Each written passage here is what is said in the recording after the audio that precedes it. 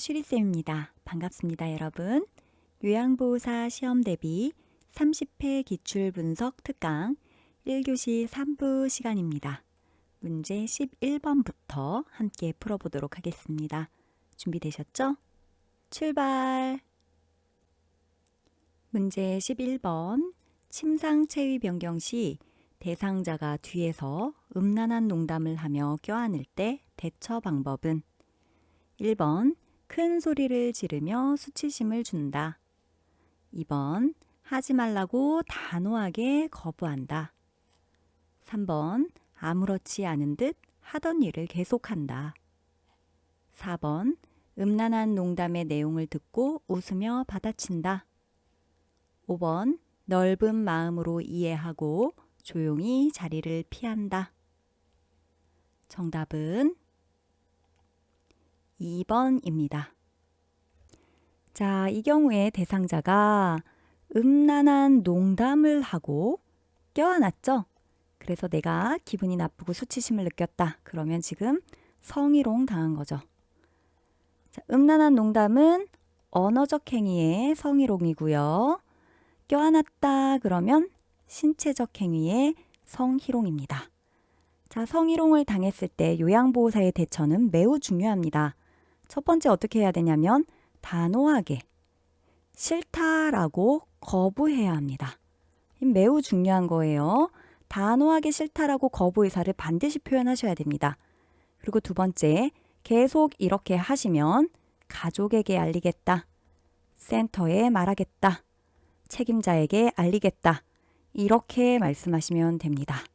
자, 이 두 가지를 꼭 기억하셔야 하는데 대상자에게 이 두 가지의 행동을 하실 때는요, 주의하실 점, 화내지 않습니다. 부적절하게 감정적인 어떤 대응하지 마시라는 겁니다. 그래서 정답은 쉽게 고르실 수 있어요. 하지 말라고 단호하게 거부하시면 됩니다. 아니면 가족에게 말하겠다 이런 이야기가 나와도 정답이 될 수 있어요. 1번에 큰 소리는 무조건 대상자한테 치시면 안 됩니다. 수치심을 안겨주셔도 안 되겠습니다. 3번에 아무렇지 않은 듯 하던 일을 계속하면요. 아, 괜찮은가 보다, 계속해도 되나 보다 이렇게 생각할 수 있겠죠. 거부 의사 반드시 표현하셔야 돼요. 4번에 음란한 농담의 내용을 듣고 막 웃으면서 받아치면 쟤도 즐기네, 계속해도 되나 보다 이렇게 생각하시기 때문에 기분 나빴으면 단호하게 거부하셔야 합니다. 5번 넓은 마음으로 이해하고 조용히 자리를 피한다. 자리를 피하는 건 능사가 아니죠. 왜냐하면 돌아왔을 때 이러한 행동은 계속될 거기 때문에. 그래서 피하지 않습니다. 말합니다. 싫다 라고 말하셔야 합니다. 그래서 정답은 2번입니다. 문제 12번 요양보호사의 윤리적 태도로 옳은 것은 1번 대상자에게 복지용구 판매처를 알선한다.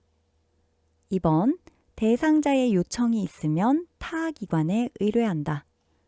3번 대상자의 상태 변화를 주 1회 대략적으로 기록한다. 4번 서비스 변경 시 경험적 판단으로 요양보호사가 결정한다. 5번 서비스의 내용과 방법이 확실하지 않을 때는 시설장에게 도움을 청한다. 정답은 5번입니다. 요양보호사의 윤리적 태도는 시험에 자주 출제가 되고 있죠. 비교적 쉽습니다. 대상자에게 복지용구 판매처를 알선하는 행위 하시면 안 됩니다. 복지용구를 직접 판매하거나 아니면 복지용구를 구매하라고 강요하거나 이러셔도 안 됩니다. 하지만 정보 제공자로서 어떤 복지용구가 대상자에게 좋을 것 같다라는 정보를 주는 것은 괜찮다라고 생각합니다. 2번, 대상자의 요청이 있으면 타 기관에 의뢰해서 막 보내고 그러시면 되나요? 안 됩니다. 대상자가 현재의 기관에 불만이 있어서 옮기고 싶다라고 이야기하면 관리 책임자에게 말씀하셔야죠. 예, 잘 의사소통할 수 있게끔. 3번, 대상자의 상태 변화를 주 1회 대략적으로 기록한다. 틀렸습니다. 대략적으로 기록하지 않습니다. 면밀히 관찰하고 정확하게 기록하셔야 합니다. 자, 대상자의 상태 변화는 상태 변화 기록지에 주 1회 기록하지만 사실은 매일매일 급여 제공 기록지에 상태 변화를 기록하게 되어 있습니다. 이해되셨나요?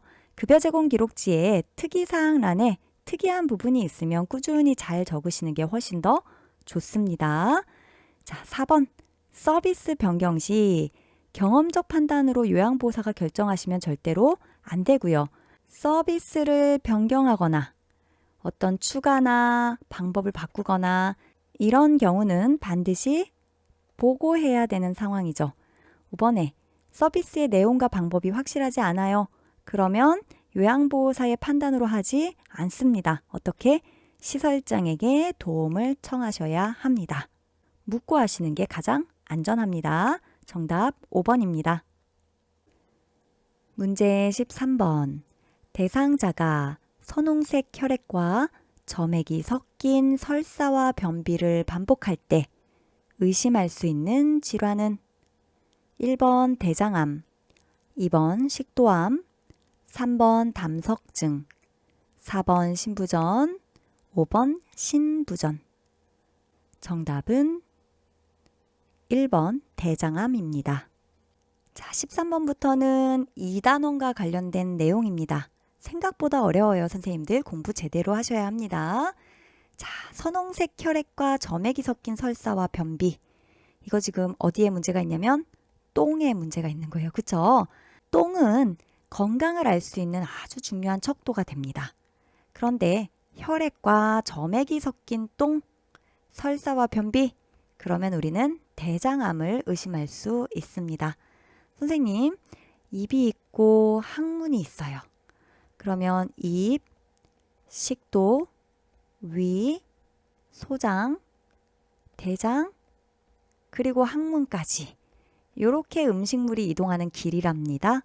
이 중에 어디에 출혈이 일어나도 똥에 혈액이 섞일 수가 있을 겁니다.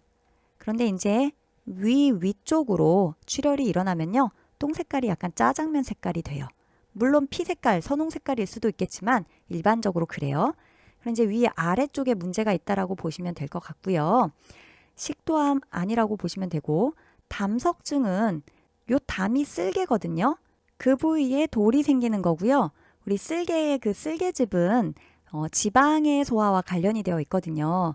그래서 지방을 잘 흡수를 못한다. 그러면 똥 색깔이 약간 회 색깔을 띠어요. 뭐 이런 것까지 알 필요는 없겠죠.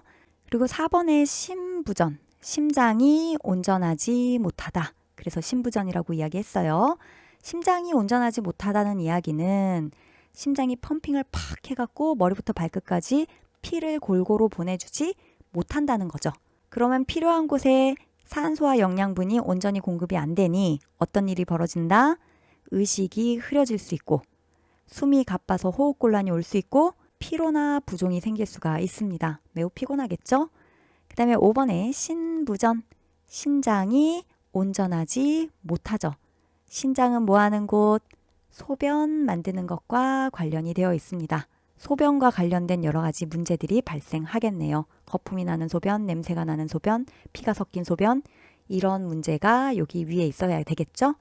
그래서 정답은 1번 되겠습니다. 문제 14번.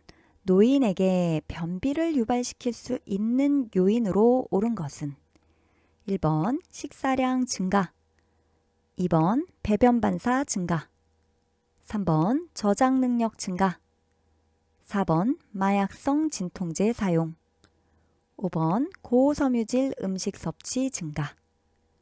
정답은 4번입니다. 자, 일단 변비라는 것은 일주일에 2, 3회 정도의 변을 보면서 이 변이 굉장히 딱딱하고 보기가 힘들고 싸고 나도 잔변감이 오랫동안 지속되고 이런 증상들이 이제 변비다 우리가 이야기를 합니다. 변비와 관련된 건 무조건 일단은 수분입니다. 수분을 많이 섭취하지 않고 고섬유질 음식을 많이 섭취하지 않으면 그러면 변비에 걸릴 확률이 매우 높겠죠. 그래서 매우 중요한 건 수분 섭취를 잘 하는 것입니다. 되셨죠? 자, 1번에서 일반적으로 놓이는 식사량이 어떻게 되죠? 감소하죠. 자, 많이 먹으면 많이 쌀 수밖에 없어요. 밀어내기가 되니까. 그런데 식사량이 감소하여 변비가 유발되겠죠. 1번 틀렸고. 2번, 배변 반사 증가. 쌤들, 반사라는 것은요, 우리가 대뇌의 의식작용과 상관없이 일어나는 게 반사예요. 무릎 반사 들어보셨죠? 무릎 딱 치면 다리가 저절로 올라가잖아요. 그게 이제 의식적으로 안 하려고 해도 저절로 일어나는 것. 이게 반사거든요. 똥 눕는 것도 마찬가지예요. 이 밑에 항문 쪽으로 똥이 차면요. 저절로 문이 열려서 똥이 나와요. 의식적으로 우리가 아무리 참으려고 해도 어느 정도는 참을 수 있어요. 대뇌의 조절을 받을 수 있어요. 그래도 결국은 나오죠. 그게 이제 배변 반사라고 하는 거고요. 자꾸 똥 참으면 이 반사가 감소됩니다. 그래서 똥 참으면 병된다. 이런 말이 있는 거예요. 그런데 우리 어르신들은 이런 배변 반사가 감소합니다. 즉 똥이 차도 바로바로 나와주지가 않는 거죠. 그래서 증가한다 그랬으니까 틀렸고요. 자, 3번에 저장 능력 증가 틀렸죠. 감소입니다. 씹는 능력이 감소하기 때문에 씹기가 힘드니까 뭐를 찾아요? 저자녀 시기를 찾습니다. 뭐 소화시킬 게 없는 것, 그런 것들을 찾는다는 거죠. 그러면 얘네들이 고섬유질처럼 뭐 줄거리가 있거나 이래서 장 운동을 시켜줘야 되는데 남는 게 없으니까 장 운동 잘 안 하게 되겠죠. 변비 걸리기 쉽습니다. 되셨죠? 4번에 마약성 진통제 사용, 이것이 정답입니다. 저희 친할머니는 대장암으로 돌아가셨거든요. 근데 아까 대장암 보셨죠? 설사와 변비 반복된다 막 이런 거 나왔었잖아요. 저희 할머니는 식사를 잘 못하시고 똥을 거의 안 싸셨어요. 언제 싸는지 모를 정도로 완전 변비죠. 근데 이제 대장암 수술을 견디기 힘든 연세이시기 때문에 돌아가실 때까지 마약성 진통제를 쓰셨는데 이 계속 똥을 못 싸시는 거예요. 나중에 그 밑에 이렇게 철심 같은 걸 넣어갖고 이게 쫙 펼쳐지면서 똥을 깨부숴갖고 나오게 하는 그런 방법을 쓰더라고요. 그래서 이런 진통제가 변비를 유발할 수 있습니다. 5번, 고섬유질 음식 섭취가 어떻게 된다? 감소하기 때문에 변비가 유발이 되는 거죠. 되셨죠? 정답은 4번입니다. 문제 15번. 만성기관지염으로 기도가 좁아져 숨쉬기가 어려운 대상자를 돕는 방법으로 옳은 것은 1번 뜨거운 물을 자주 제공한다. 2번 실내를 차고 건조하게 유지한다. 3번 방향제를 사용하여 공기를 정화한다. 4번 심호흡과 기침을 하여 가래를 배출하게 한다. 5번 감염 전파의 위험이 있으므로 마스크를 착용하게 한다. 정답은 4번입니다. 자, 만성기관지염이 나왔네요. 기관지에 염증이 있는 게 이제 만성질환이 된 거죠. 이런 경우 대부분 흡연하시는 분들, 만성기관지염 굉장히 많죠. 이 흡연하시는 분들이 어떻게 하죠? 가래를 쫙 뱉으시는 거 보셨죠? 이게 계속 염증 때문에 가래가 쌓이는 거예요. 그럴 때 4번처럼 심호흡과 기침을 하여 쌓인 가래를 배출하게 하는 것이 좋습니다. 되셨죠? 물론 흡연이 아닌 다른 이유 때문에 기관지염이 있을 수 있습니다. 세균이나 바이러스 때문에 그렇게 생길 수도 있어요. 자, 어쨌거나 이렇게 기관지에 염증이 생기면 기도가 어떻게 돼요? 좁아진대요. 기도는 공기가 통하는 길, 숨쉬는 길이죠. 숨쉬는 길이 좁아졌으니 숨쉬기가 어렵죠. 이럴 경우에 대상자를 어떻게 돕냐? 일단 기관지를 자극하면 안 됩니다. 기관지를 자극한다는 건 찬 거 안 돼요. 뜨거운 거 안 돼요. 찬물 안 돼요. 뜨거운 물 안 돼요. 찬 공기 안 돼요. 뜨거운 공기 안 돼요. 되셨나요? 건조한 거 안 돼요. 습한 거 안 돼요.